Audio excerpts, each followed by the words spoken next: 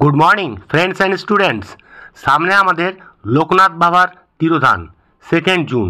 তাই তোমাদের একটা লোকনাথ বাবার ছবি গ্রিড মেথডে খুব ইজিলি তোমাদের এঁকে দেখাবো। দেখো, অ্যাট ফার্স্ট আমি এটা মোবাইলে লোকনাথ বাবার একটা ছবি ডাউনলোড করে নিলাম। এটা প্যাস্টেল কালার দিয়ে করে দেখাবো। ফার্স্ট পার্টটা তোমাদের আউটলাইনটা স্কেচ করাবো, আর সেকেন্ড পার্টে তোমাদের কালার শেখাবো। ঠিক আছে? দেখো, একটা গ্রিড অ্যাপ বলে অ্যাপ আছে ফর আর্টিস্টের জন্য। দেখো, এই অ্যাপটা তোমরা ডাউনলোড করে নিও। ঠিক আছে? এটা আমি ডাউনলোড করে নিয়েছি আগে। এবার কি করবে, এটা স্টার্ট নিউ প্রজেক্ট, এখানে লোকনাথ বাবা নামটা লিখে দাও। হ্যাঁ, যেটা করছো লোকনাথ বাবা লিখে দিলে। আর এবারে তুমি এটা হরাইজেন্টাল না ভার্টিক্যাল করবে, সেটার জন্য তোমার সিলেক্ট করতে হবে। ঠিক আছে? আমি দেখো লিখে নিলাম লোকনাথ বাবা। এবারে এটা যেহেতু পোর্ট্রেট হবে, পোর্ট্রেটে আমি ক্লিক করে দিলাম। ঠিক আছে? অর্থাৎ ভার্টিক্যাল। আর তারপরে এটা A3 A4 কি সাইজ করবে, আমি A3 করছি। A3 মধ্যে ক্লিক করলাম। এবার এটা কন্টিনিউ করলাম। লোকনাথ বাবার ছবিটা আমার গ্যালারি থেকে চলে এলো, সেটা ক্লিক করার পর সেটা সিলেক্ট করে নিলাম। সিলেক্ট করে বড় বড় গ্রিড হলো। এটাকে ছোটো মাপের গ্রিড করার জন্য এখানে আবার এটাকে ক্লিক করতে হবে।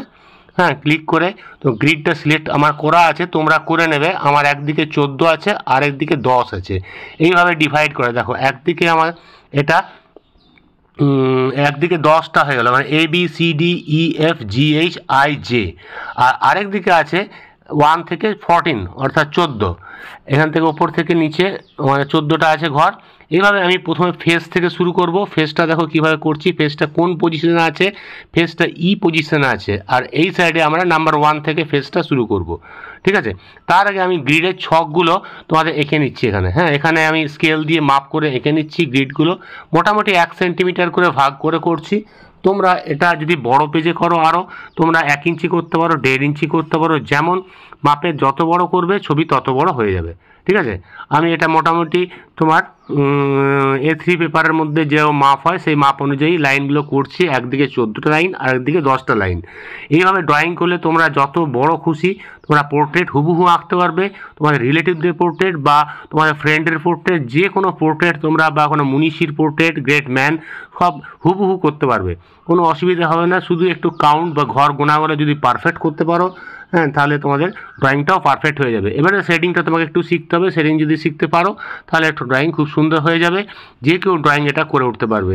ঠিক ইন্ডিয়ার ম্যাপ যেভাবে তৈরি করে ঠিক সেইভাবে এটা আমি তৈরি করছি। আগেও তোমাদের অনেক ক্লাসে আমি দেখিয়েছি, আবার দেখাচ্ছি, তোমরা যাতে ভালোভাবে করতে পারো।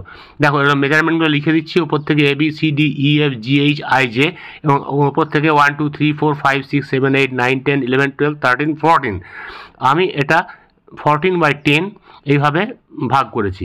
এবারে এটা ঠিক মিডল বার করে নিচ্ছি, অর্থাৎ ফেসটা আমি ফার্স্ট শুরু করব। ফেসের দেখো কোন জায়গা থেকে শুরু হয়েছে, দেখো তোমরা এটা থেকে শুরু হয়েছে। এর ঘরের ওপরে আমাদের টপটা আছে এর ঘরে, 1 নম্বর ঘরের সেখান থেকে শুরু করছি ফেসটা। দেখো, ঘর থেকে স্টার্ট করছি। ঠিক ঘর গুনে গুনে যে পজিশনে ঘরের যেখান দিয়ে যাচ্ছে তোমাকে সেইভাবে সেই জায়গায় লাইন দিতে হবে। তোমরা এই চোখগুলোর উপরে যদি না আঁকতে পারো, এখানে এর উপরে আবার ডিভাইড করে আরও 2টো লাইন টেনে এটা আরও পারফেক্ট করতে পারো।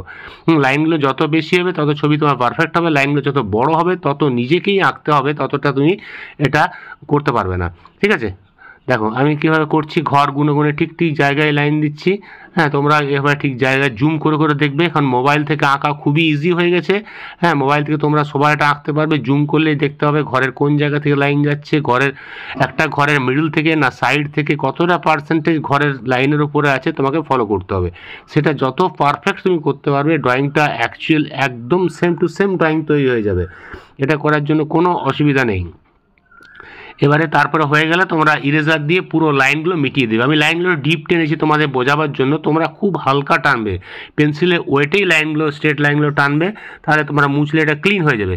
ডিপ পোর্শনগুলো মোছার দরকার নেই। মেনলি তোমাকে হোয়াইট পোর্শন বা স্কিন কালারগুলো ক্লিন করে মুছতে হবে। দেখো, ওপরটা আমার মোটামুটি আঁকা হয়ে গেল। জামাগুলো, লোকনাথ বাবার ছবিটা তো মেনলি পুরো ইজি, হার্ড নয়, শুধু ফেসটা একটু হার্ড, আর ড্রেস তো কিছুই নেই, আর হাত পাগুলোও সেরকমভাবে দেখা যাচ্ছে না। খুবই খুবই ইজি ছবি, তোমরা যে কেউ এটা আঁকতে পারবে। লোকনাথ বাবার জন্মদিনে এটা এঁকে তোমরা ঘরে সাজিয়ে রাখতে পারো বা পুজোও করতে পারো। খুব সুন্দর ছবি, খুব ভালোভাবে তোমরা আঁকতে পারবে। আর তোমরা আবার বলে রাখি, তোমরা যারা চ্যানেলে নতুন স্টুডেন্ট আছো চ্যানেলটা লাইক এবং সাবস্ক্রাইব করে রাখবে, তাহলে পরের ক্লাসটা অ্যাটেন্ড করতে পারবে। এবং এটা কিভাবে আমি কালার করব, কালারটা তোমাদের খুব ভালোভাবে শেখাবো, ওটা তোমরা শিখতে পারবে এবং কালার করে উঠতে পারবে। ঠিক আছে, তোমরা এখন দেখো ড্রয়িংটা আমার মোটামুটি হয়ে এলো। কোন কোন জায়গায় দেখো ঘটিটা আছে, ঘটির স্কেচ লাইনের কোন জায়গা থেকে আছে, হ্যাঁ নিচে কোথায় আমাদের খড়ংটা আছে, ঠিক পজিশনে ঘর মাফিক তোমরা করলে সেম সাইজ, পায়ের সেম সাইজ মাপের হয়ে যাবে, কোনো ভুল থাকবে না, নির্ভুল ড্রয়িং। ফুলগুলো এখন যতটা পারো ডিটেলস তোমরা এই ছকের মধ্যে দিয়ে করে নেবে, তাহলে এগুলো জায়গাগুলো করতে অসুবিধা হবে না। কোন জায়গায় কতটা পার্সেন্ট আছে, কিভাবে নেমেছে, তোমরা সেটা সুন্দরভাবে করতে পারবে। দেখো আমার ড্রয়িংটা প্রায় হয়ে গেল। খুবই ইজি ড্রয়িং, সুন্দর এবং পারফেক্টভাবে হয়েছে। ঠিক আছে, পেছন সামনে একটা ইয়ে আছে তোমার, যেখানে বসে আছে সেই জিনিসটা আছে। দেখো তোমাদের আবার বলে রাখি, তোমরা চ্যানেলটা সাবস্ক্রাইব করবে, তাহলে পরের ক্লাসটা আবার অ্যাটেন্ড করতে পারবে এবং কালারটা তোমাদের আমি শেখাবো পরের ক্লাসে। বা তোমরা এন্ড অফ দ্য স্ক্রিনটা ফলো করো, সেখানেও আমি দিয়ে দেবো তোমাদের লিঙ্কটা, ওখান থেকে তোমরা কালারটা তোমরা দেখে উঠতে পারবে।